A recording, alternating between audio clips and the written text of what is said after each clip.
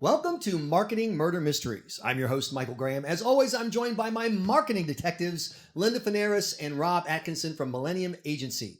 Advertising and marketing pros see it all the time. Brands getting killed in the marketplace, usually due to their own miscalculations, sometimes by events beyond their control. But this week, we're going to talk about something else.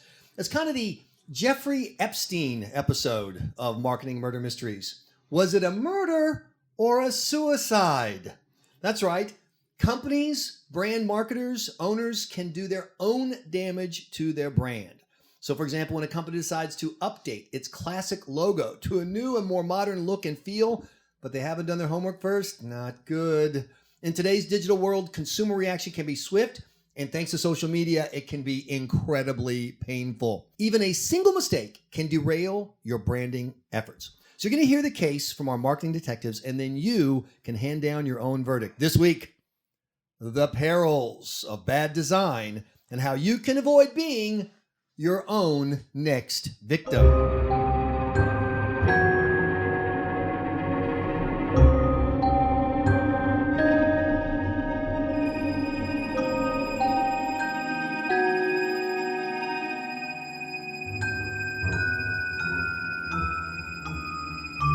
Many times people talk about terrible branding decisions that people have made about with their own brand, the decision to go in a new direction or to come up with a new presentation. But can you really do a lot of damage just by messing around with your logo, your image, that one little part that you craft? Apparently so. That's what Millennium Creative Director Mark Dingman thinks. Mark, welcome to the Marketing Murder Mysteries podcast. We'll be taking your fingerprints and urine sample before you leave. Perfect. Just great to be here. So tell me an example of a brand that matters that actually did significant damage to themselves just by changing graphics, logo, image. Well, it's really interesting. The one that really comes to my mind early is first is Gap. You may not even know this happened. In 2010, Gap introduced a new logo, and in just 6 days, they reverted back. The backlash on that logo was just so bad that... Before you tell us any more about the fallout, what the heck? I know the Gap is that blue box, right? With Gap in it. It looks like a tag off of my daughter's clothes. She has like 75 pounds of clothes from the Gap, I think. What was this? What did they change it to? So they kept the blue block, but it's now kind of a gradient from like a light blue to a dark blue, and they changed the font, so it's no longer the iconic kind of serif font. It's just a standard sans serif Helvetica, kind of what everyone's doing nowadays. Logo or font just says Gap. The square is up in the top right corner next to the P, and that was it. They had a square. In other words, instead of the Gap square, which is what we're used to, yes, they had the word Gap and then a square. And a square next to it, just kind of above it. They kept the elements, but they wanted to be on trend with what they thought design was doing. How did they know that it wasn't working? Social media backlash, just Twitter, everyone got picked up all over the place. It was dubbed Gapgate. Oh. Because there can never be too many gates. In fact, it was so bad, I think you said that some people thought it was intentional. Is that right? Yeah. There's the conspiracy theorists out there who think that it might have been something just to rebuild brand awareness. I mean, possibly with sales declining. I don't have any full stats on that, but just a way to get the Gap brand back out there was just throw out this logo. If it stuck, it was kind of a win-win for them. They threw it out there and no one liked it. They could go back, but they still got all the press on it. And if it worked, they get all press on it. I want to ask you more about the Gap change because it raises some interesting thoughts about when it's time to update a logo. But what are some other examples of logo or graphic or color scheme or whatever changes that just didn't work or that people in the marketing industry have learned lessons from? Well, when you think about kind of this rebranding and logos in general, there's always those trends that are out going on. Like right now, if you look at how most companies have changed their logos over the past, in this time frame, in the last 10 years, they've all kind of done the same thing. It's all it's kind of become cookie cutter. It's a block serif font, a very simple icon, and for some brands that just doesn't work. If you take Tropicana, they changed all their packaging to have that what people consider modern style, simplified everything, and sales declined because no one knew that was Tropicana anymore. It wasn't a gradual enough transition from an old style to a new style. They just jumped right in, and people didn't like it, and they had to go back. So you just mentioned that people didn't see that it was the brand anymore, and that was the problem, is that they liked the brand. Yeah. It was just the logo wasn't telling them what to do. I think that's what happened with the Sony View, their online view system. Mm-hmm. I don't think people realized that it was a separate, viewing system, kind of like Hulu. I think they thought, oh, you have the game unit. No, this is a different thing. Because you saw the Sony logo thingy and it looked like Sony, so you just thought it was the same thing. Yeah. What are some of the facts about your business, your product, your service that a logo can and should communicate? Really, the logo is the first kind of visual that a person will see that represents your brand. So, I mean, it has to kind of give kind of those emotional kind of feelings of, it's kind of like the preview of what everything else is going to be. Like the colors, like what do those colors say? Colors can mean different things. Like if it's blue, it's trusting. That's green, growth. Like you see those things like tech industries, you see a lot of blue in their logos because it's trusting. We want you to give us information and some of your stuff so we can use that for advertising. So those are just kind of those first touches to really just kind of see what you're going to be overall. So do you agree with me that no one should ever use yellow? Like unless your brand is actually like Yellow Submarine, you should just never use yellow. It's terrible. Yellow, it works sometimes, but it's such a hard color to work with, and it's almost like you have to have. Ladies and gentlemen, just ignore him. Just listen to me, Michael Graham. Don't use yellow unless you're selling something that actually is like a lemon. Don't use yellow.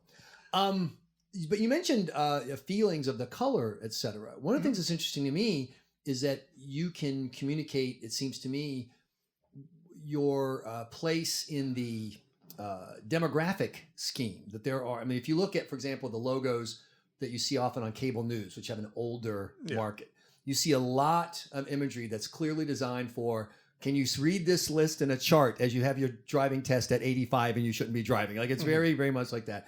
Then you see stuff that's targeted to my kids, and I can barely make out like the words, the images. There's not only is there a lot of motion, but the images themselves are kind of vague. The art is like sandcastle style, where kind of one thing bleeds into another.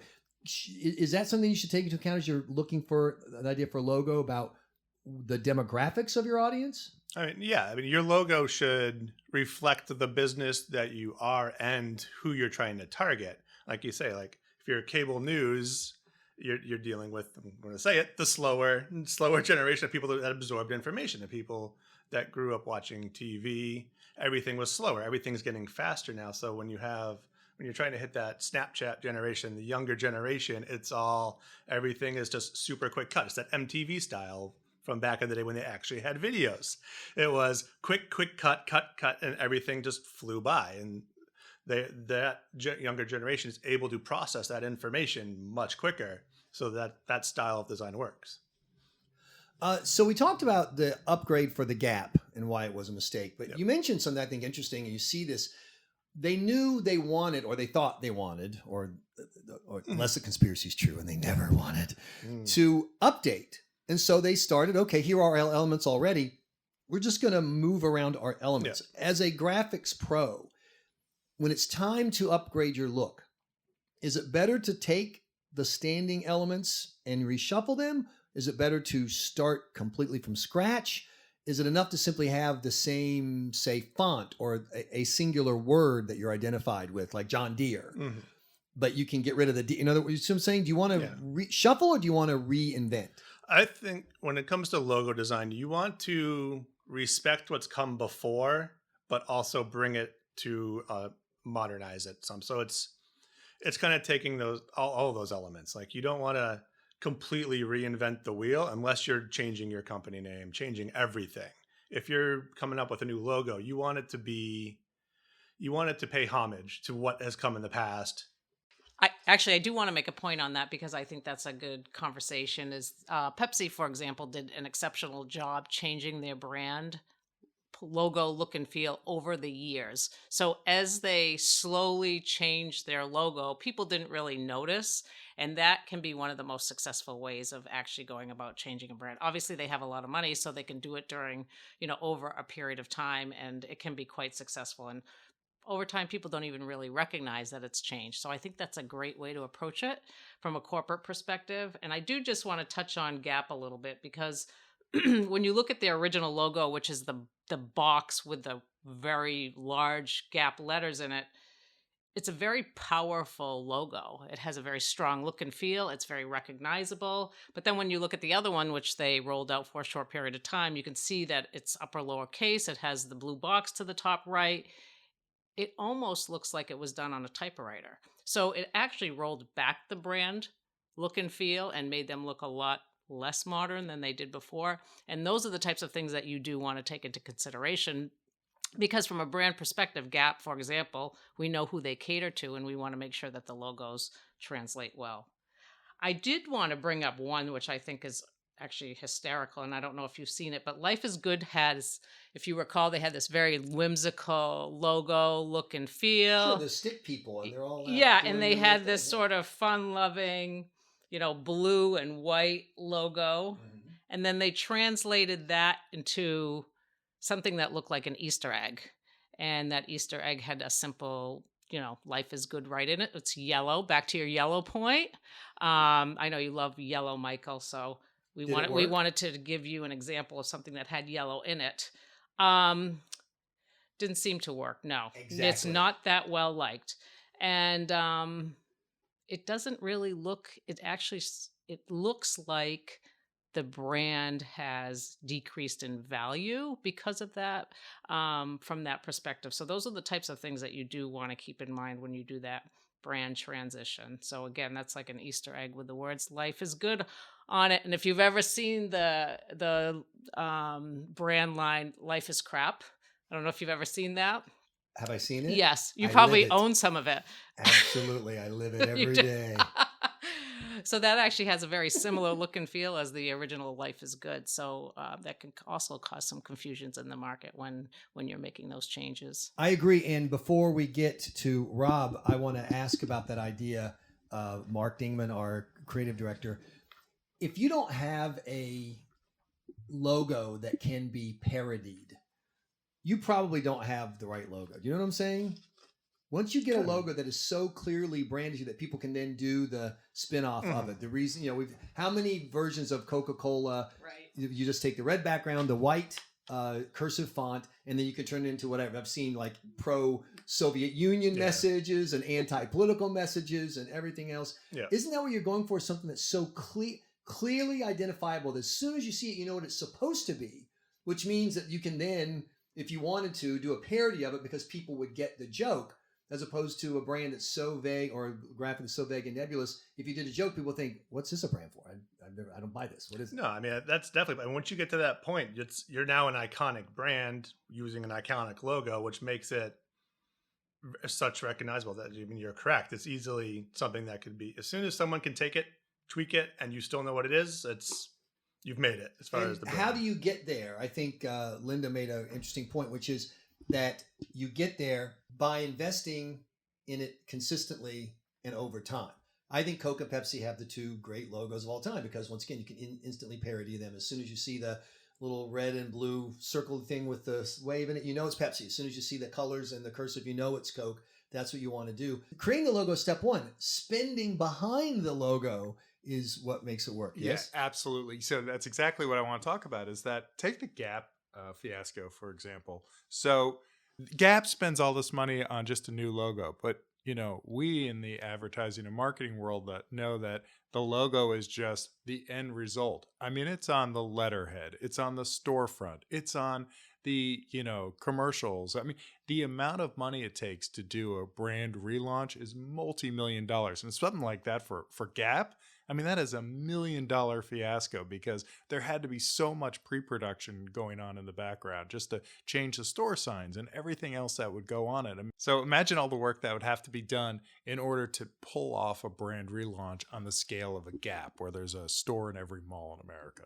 There's another aspect of the mechanics I want to ask Mark about. Mark, if only you could have been a graphics guy, a generation or two ago, because everything you made, you knew the biggest it would ever be is a billboard, and the smallest it ever be is a letterhead and business card. Now you got graphics that may be on a jumbotron size thing. When it's in people's living room, it's no longer going to be the size of, say, a drink coaster off your table. It's going to now be the size of someone's head or bigger, and then it has to be recognizable down to the I'm on my phone and I'm looking at something else that has your logo on it in my phone. That's got to be a lot harder. I mean, it's definitely challenging now, and I think that's why you see a lot of the redesigns that are happening are really going with the simple fonts that don't have a lot of serifs in it. It's very clean. It's very simple. It's very minimalistic. Same thing with icons there. It's something that's very scalable from, like you said, billboards down to an app on my watch. I mean, it has to run that gamut now. And you're starting to see a lot more responsive design, logo design systems.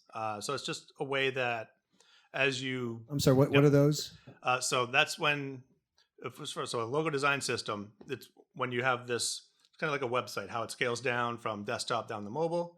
Logos will do the same thing. There's a logo for large scale format. And then as you start to get down to smaller screens, smaller applications, the logo just has natural breakpoints as far as at this point, it'll be the full logo. At this point, it'll be an abbreviated version of our name with an icon, or it'll be just the icon, or it might just be a piece of the icon when you start to get farther down.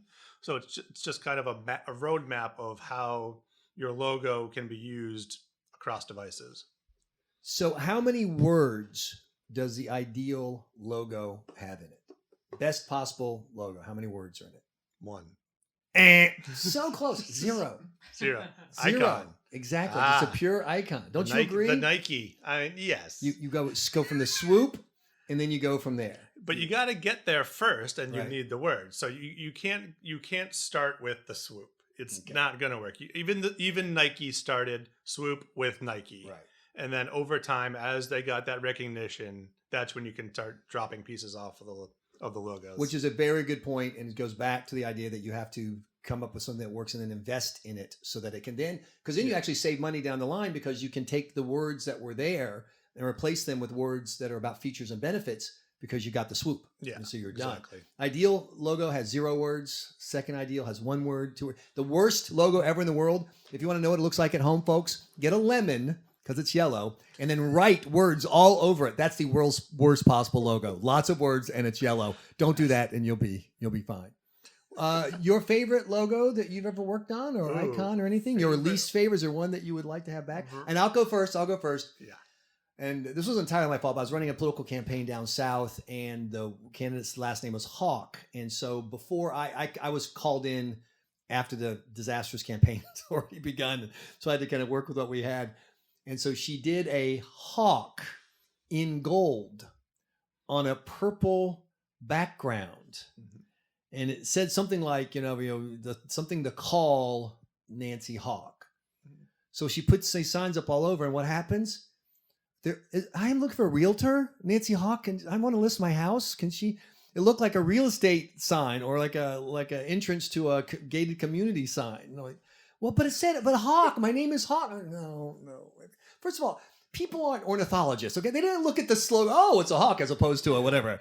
I thought it was a falcon. I don't know. It was just absolutely, totally disaster. And I actually paid people to tear down our own signs because they were so bad. So that's mine. Nice. I can't think of one I've necessarily done, but some of my favorite logos are just the ones that have that subtle, like things that you see after you look at it, like Amazon. Amazon started as a book company, but when you look at the logo, there's that swoop that goes under. It's from A to Z. They have everything from A to Z smiley face. It's all those like subtle hidden messages that you see in logos, or like FedEx where they have the arrow showing how they're moving. Those are the logos that become iconic when they're not following trend. Like Amazon's not changing their logo anytime soon because it just works so well. Least favorite logo? I mean, right now it's actually Nesson. The New England Sports Network? New England Sports Network covers the Red Sox, the Bruins. And for years, their logo was what? It was a ticket. Because Like it's a sports network. Exactly. A baseball ticket, a hockey ticket, sense. going to a sporting event. Yep. Now it is an N that's in some sort of wave that looks like it's a cable company. It's just, you could tell, like, they were trying to follow the trends, which is, in 5 years, they're going to change it. So talk about that, because you mentioned to me before when I was trying to get you to think of something smart to say. Yeah. You almost got me there. Exactly. You mentioned to me that you can pretty much identify like what era a logo was first designed in by looking at it, because we go through kind of phases. Yeah, and when you start thinking about design trends, like when you're designing a logo, the thing you want to do is to make sure you know what those trends are, but don't design everything completely around those trends, or else you will know exactly when that thing was designed. And maybe not a normal person that's not designing, but for designers, they could look at logos and say, okay, this was designed 95, or it's just the trends stick out so much that it's just too easy, and it just kind of pigeonholes it into this is when this was done, and won't become an overall iconic design. I don't agree with you. I think my flannel shirt, Michael Graham Media Grunge, is going to last forever. Perfect. Has no dating to it. 98 at all, was it? Millennium Creative Director Mark Dingman, thanks so much for joining us. I appreciate it. Yep, great to be here. So Linda, Rob, Mark Dingman brought up some interesting points. The number one question raised for me is, why do you guys keep him on the payroll? I'm just stunned. I'm kidding. I want to ask you, because here's a guy who thinks graphics all day, every day. That's his job. So I get that. But the marketing departments you work with, the marketing pros, the staffers who are in the department, do they spend too much time worrying over, is this the right shade of periwinkle, or should this be serif font or sans serif font? Do people spend too much time on the graphics, logos, etc., or not enough? So what we find is with the larger corporations that we work with, they spend a great deal of time making a decision on what their logo should look like. Should they change it from something that they've had for years into something completely new, depending on how long that logo has been out there, or should they make a gradual change? So we actually do work with our clients very closely on that particular question, because it's a really important question. When you've spent a lot of time building your brand and generating revenue and sales based on sort of the look and feel of your logo and what your identity really is, I think it's a really important factor to keep in mind. So I think what we find is the larger organizations, they take into consideration a lot of different constituents. Could be board members, employees, vendors, customers, so on and so forth. But the smaller or mid-sized companies are a little less focused on that. They may be more interested in who are we, how do we want to be portrayed, and what type of logo should we develop that aligns well with that. So it really does depend on the client and what their needs are. But we also do feel, one of the most important things of having a great logo and a great brand is to ensure that that lines up perfectly with who you are and what your belief system is. So that might not make sense in just general terms, because what's a logo and what do you mean? How does that line up with who we are? But there are ways to make sure that that happens, and you definitely want to take into consideration those factors when you're building a brand. Yeah, and especially, we work with a lot of companies now that are going to market with new products, right? And so who do they want to be is the bigger question, and how do they think they're going to achieve it, and what is the brand and product extensions that they're going to have in the future that, you got to think about it, because this logo might be for, this health benefit, but they're going to go into something completely different in 6 months, and it's important to remember where they're going to go as well, especially when you're starting out.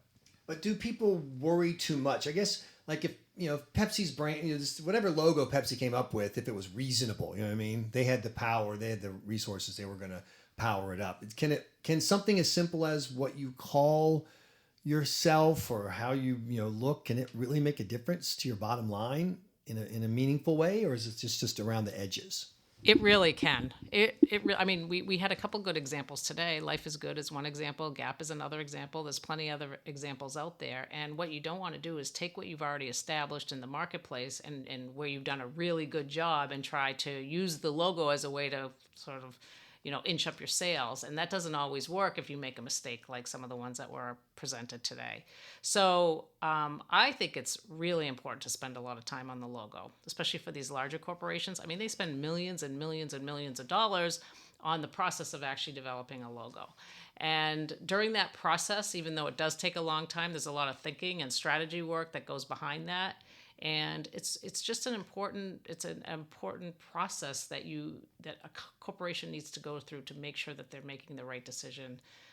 So I don't know exactly what you think, Michael, but I actually think that it's an important factor. Too much time. Yeah, if you, Wasted I know, too much time. I know. I mean, I guess if we're talking about political, Well, that's my background. I know you were going to go marketing. Well, because you only have an 18-month shelf life. The election day comes, you win or not. So I'm like, forget what you're doing, and plus your product is the candidate. So what different? You just need something.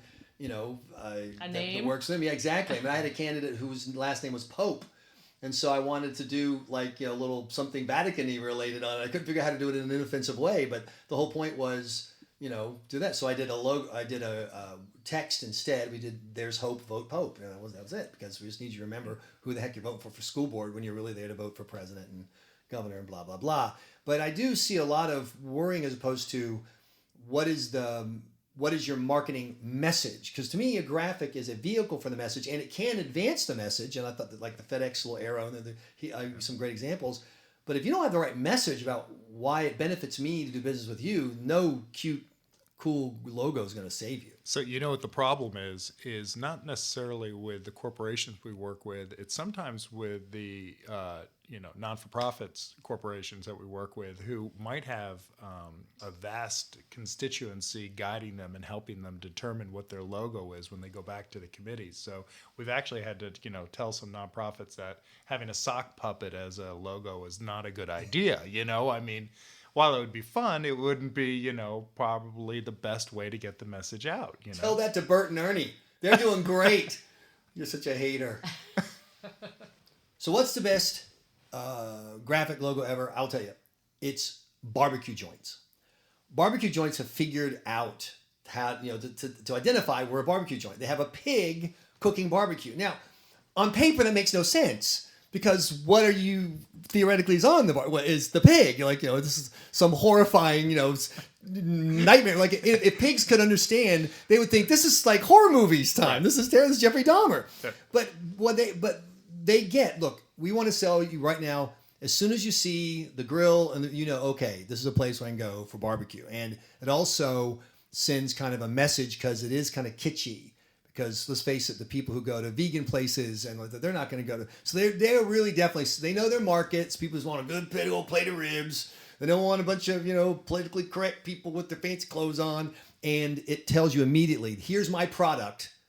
Come get it. Even though technically it doesn't make sense. That's a good logo. Yeah, the other one I like is Mercedes, right? So you see the Mercedes logo, exactly it's a vehicle, it's going to be a quality vehicle, and the logo's clean, and it doesn't even have to have the Mercedes-Benz underneath it. As soon as I see that symbol, I know exactly what they're selling, and I know what exactly what they're trying to do with their messaging. You know which one's a no-brainer? Apple. I mean, we have the word Apple and we have the graphics Apple. You can't get much simpler than that. So I will say that they've done a really good job simplifying their brand and making it memorable. The one that I've always liked for years is Dunkin' Donuts. They have a really strong brand, although I think they're migrating to DD instead of Dunkin' Donuts, which is probably a conversation for another day. But that is something that has a very strong font structure and it's very recognizable. And the color scheme is exactly terrible and perfect. It is terrible and perfect at the same time. You don't see normally, and so as soon as you see the colors, Yeah.